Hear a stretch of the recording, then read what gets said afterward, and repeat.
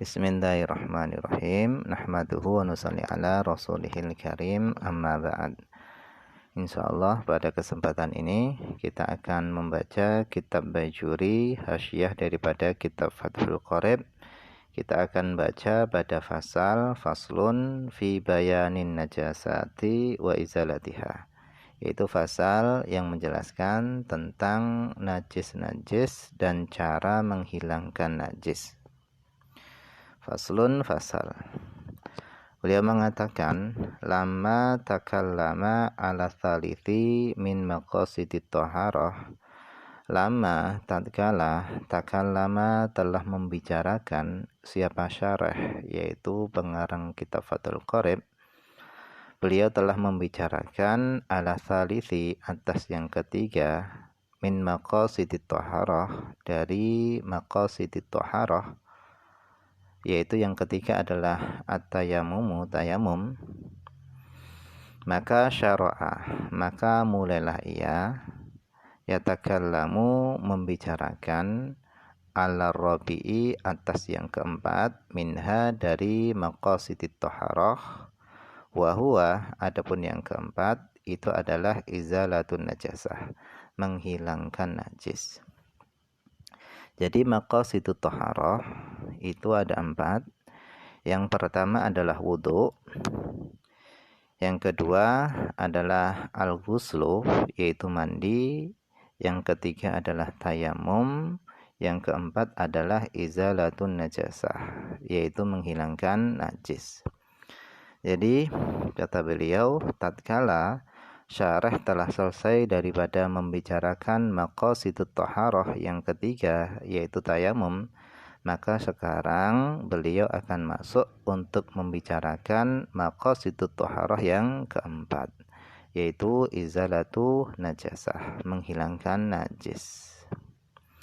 Wa huwa, adapun maqasidut thaharah yang keempat, yaitu izalatu najasah, menghilangkan najis, itu adalah al-maqsudu bitarjamati, itu adalah yang dimaksud atau yang dituju daripada tarjamah.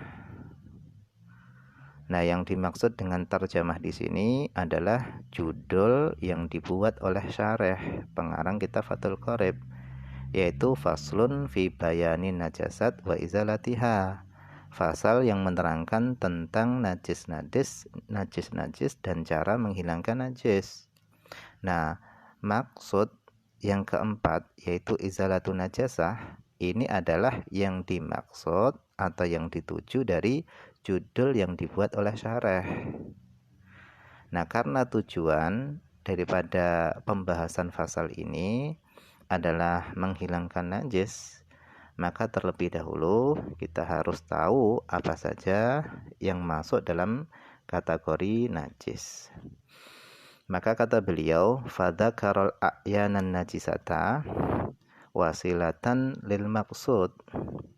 Fadzakara, maka beliau syarah, yaitu pengarang kitab Fathul Qorib, beliau menyebutkan al-a'yanan najisata, yaitu ain-ain najis, wasilatan, hal dalam keadaan menjadi sarana, lil maksud, untuk sampai kepada yang dituju, yaitu menghilangkan najis. Jadi enggak mungkin kita bisa menghilangkan najis sebelum kita tahu apa itu najis. Wa izalatuha, dan adapun menghilangkan najis, bil ma'i, dengan air, itu min khasa'isi hadil ummah, itu termasuk kekhususan umat ini, yaitu umatnya Nabi Muhammad SAW. Jadi kalau umat-umat terdahulu, mereka itu cara menghilangkan najisnya adalah dengan memotong perkara yang terkena najis. Jadi menghilangkan najis dengan air ini termasuk kekhususan umat Nabi Muhammad SAW.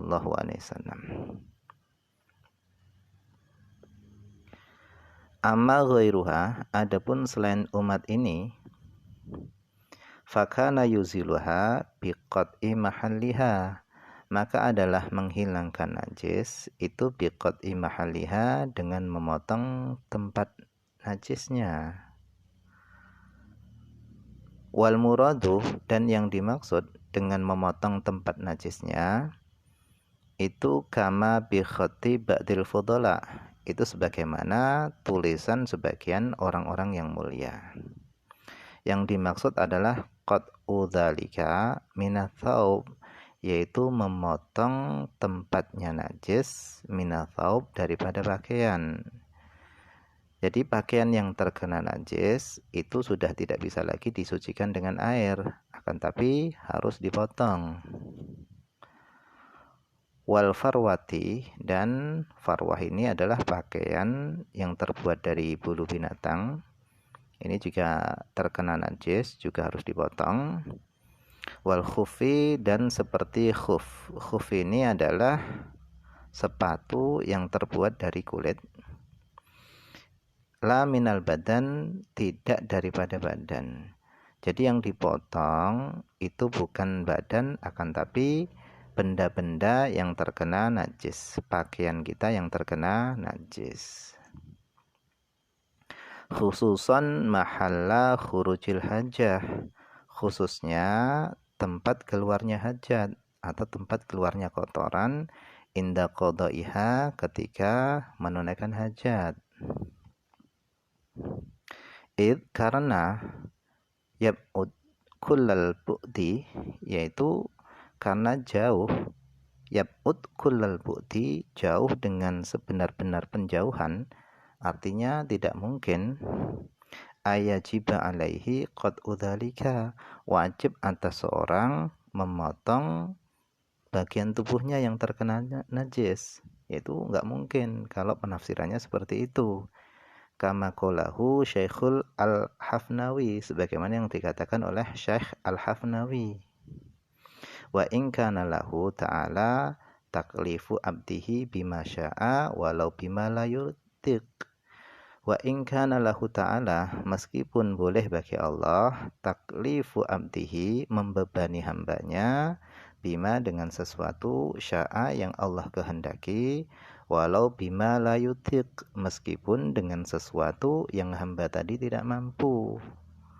Jadi meskipun membebani dengan apa yang Allah kehendaki itu boleh bagi Allah. Jadi meskipun membebani hamba dengan apa yang Allah kehendaki itu boleh, tapi kata beliau Syekh Al-Hafnawi, kalau memotong anggota tubuh itu tidak mungkin. Jadi yang dimaksud memotong tempat yang terkena najis itu bukanlah tubuh, akan tapi yang dimaksud adalah pakaian yang terkena najis.